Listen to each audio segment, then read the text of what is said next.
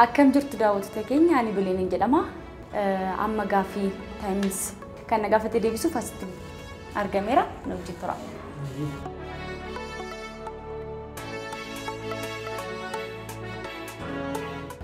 Eshi gaaffiin jalqabaa of beeksisi jedha. Ani Bileen jedhama. Bileen Zeenaan jedhama. Kan nufi gimbichu caffee dunsaa jedhama. Asitti kan nufi barumsaa hin nufe daa'ummaadha jalqabee tan asitti guddadhe jechuudha.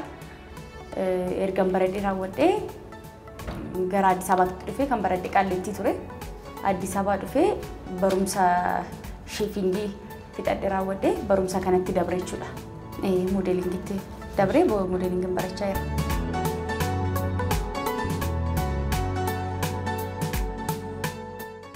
Gara moodeelingii maaliif akkamitti seentee kan jedhudha.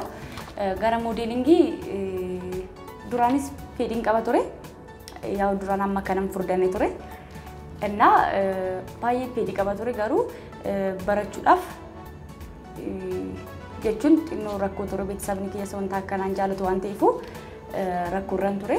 Garuu siistariin kiyya biyya kana jirtu oduu barattee maal rakkoo qaba hoggaanaan jettu gaaffii kana hoggaanaa kaastu baay'een gammadee ara barachuun an barbaada bakka na barsiisin jedheeni tulinaan jettee ishiin naa kaffalte jechuudha. Kaza barachuu jalqabe. Duraanis fedhiin qaba ture moodeelingii barachuudhaaf. Moodeelingiidhaan amma ammaatitti hojiin hojjettee jira kan jedhudha gaaffii lammata. Een jira kilippii hojjedheera. Kan bees jira kan hin baanes jira taattuu kan jedhu jira kilippiin hojjedhe keessaa jechuudha.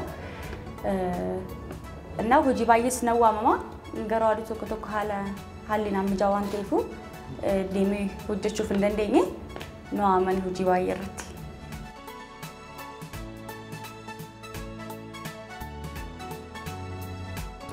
Bileen umriin ishii meeqadha?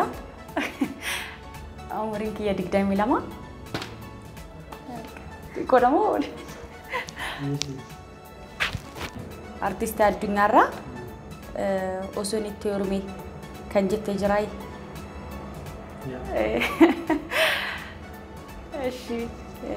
Jireeni Giruum Ermiyaas jedheera. Yaa baay'ee hojjeta. Hojiin isaa shaggaadha waan ta'eef baay'een isa daawwadha. Na oduu abbaa manaa kiyyaa ta'e jedhee sana yaada. Abbaa kiyyaa wajjin garuu akka oolla.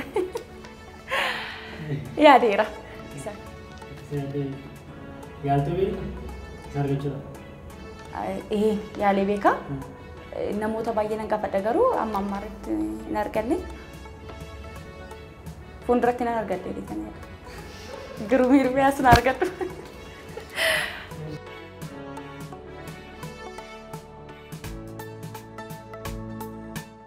Bileen kiiloon ishii duraan garuu ammaa miti jechuun xinnoo tureera.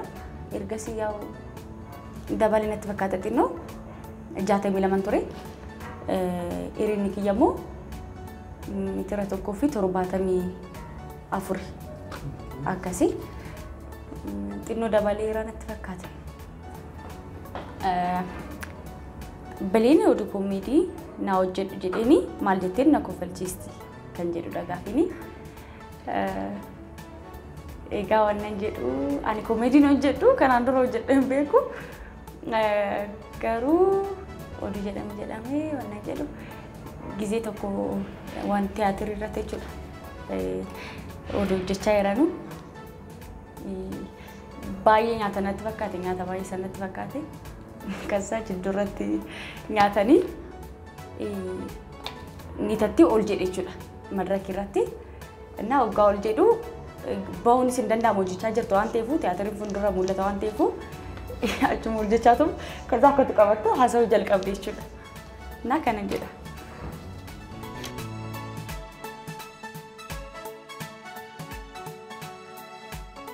Erga moodeelingii jalqabdee mudannoo haaraa qabdaa'ee kan jedhudha.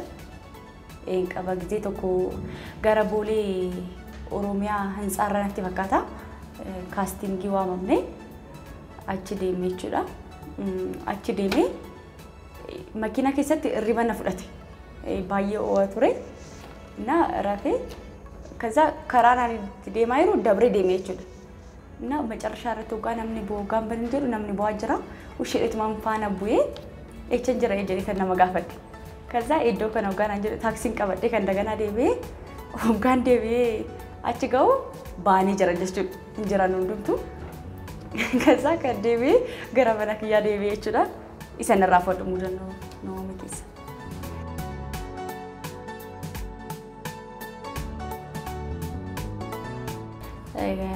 Qaama kee keessaa kam jaalatta kamis jibbita kan jedhudha gaafini qaama kiyya keessaa kan baay'ee jaaladhu namni aan jaalatu malee ija kiyya baay'een jaaladha kan jibbuun qabu garuu xiqqoo harka koo xiqqoo jechuudha malee jibbeetis miti garuu xiqqoo jibboo hin ta'in jiraami dassas hin jedhu kan jedhu yaa qabamu harka kiyya.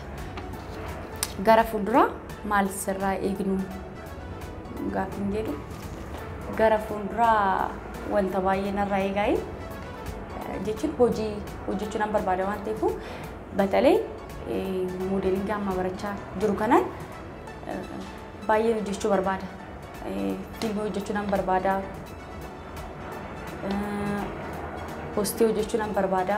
Garuu aartiidhaan baay'ee hojjechuu barbaada jechuudha. Kanaafuu nan hojjedheetis na yaala isinis na eegaa.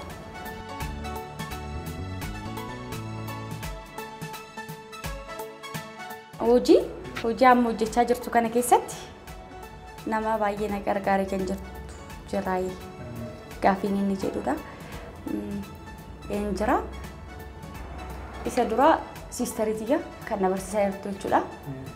Carraa kana na argadhuun toloo dushiin na barsiisu baatte kanaafuu baay'ee na gargaartee jirti isheen kanaafin immoo hooyaan kiyyas baay'ee na gargaareera.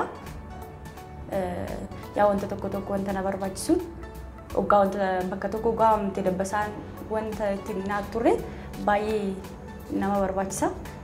Isa kana kanaan baay'ee na gargaaraa ture ammas na gargaaraa jira.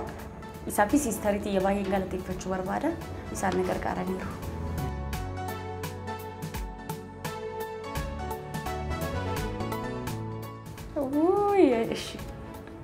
Namni tokko waa'ee jaalalaa bileen gaafachuuf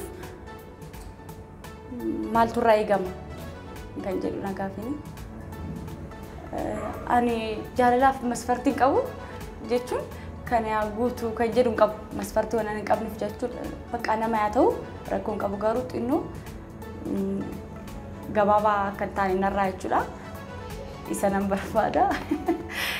Malee wanta biraa masfartiin qaban bareedaa ta'uu kan amala qabaatu mana isa kana namni beekamu waan ta'eef namni amma amala qabaate boru waan ta'u beekamu waan ta'eef amala simuu namni hin jijjiira.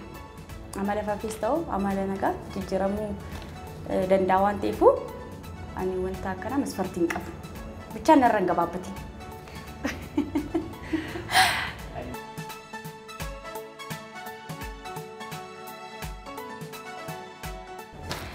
Ishi booddee irratti wanta haasa'uu barbaadu haasa'ii jedha. Wanta haasa'uu barbaadu dura namaan beekuufis kan hin beekneefis jechuudha. Namni hoggaa guddachuu barbaadu hoggaa ka'uu barbaadu nama gadi hin qabina jechuun barbaada. Jechuun namni baay'ee nama gadi qaba. Hojii naatu hojjetu shaggaamiitis hin jedhanii dandeessus hin jedhanii haala kana kanaan hojiitu hojjechaa jirturraa si hambisu namni barbaadu nama baay'ee jira. Namni akkana gootan hundumtuu jechuudha. Odaa akkana godhu baattanii shaggaadha. Nama ol qaba goobaz hin dandeesseedha. Wanta akkana dubbattanii namni sunis itti fufuu danda'a. Isaa olis immoo hojjechuu danda'a waan ta'eef nama gadi hin qabina jechuun barbaada. Isaan booddee asirratti taayimsi irratti kan naaf firtaniif gaafii kana akka deebisu waan naaf firtaniif baay'ee galatoomaa jechuu barbaada. Isa kana daawwadha. Bakkee kanatti gaafii kana akka deebisnuuf kan nu eeyyamamaniif Kaasaa Giraand Mool Gannat Hotel fuulduratti argama. Asitti akka hojjennuuf waan nu eeyyamamaniif baay'ee galatoomaa jechuun barbaada. Galatoomaa.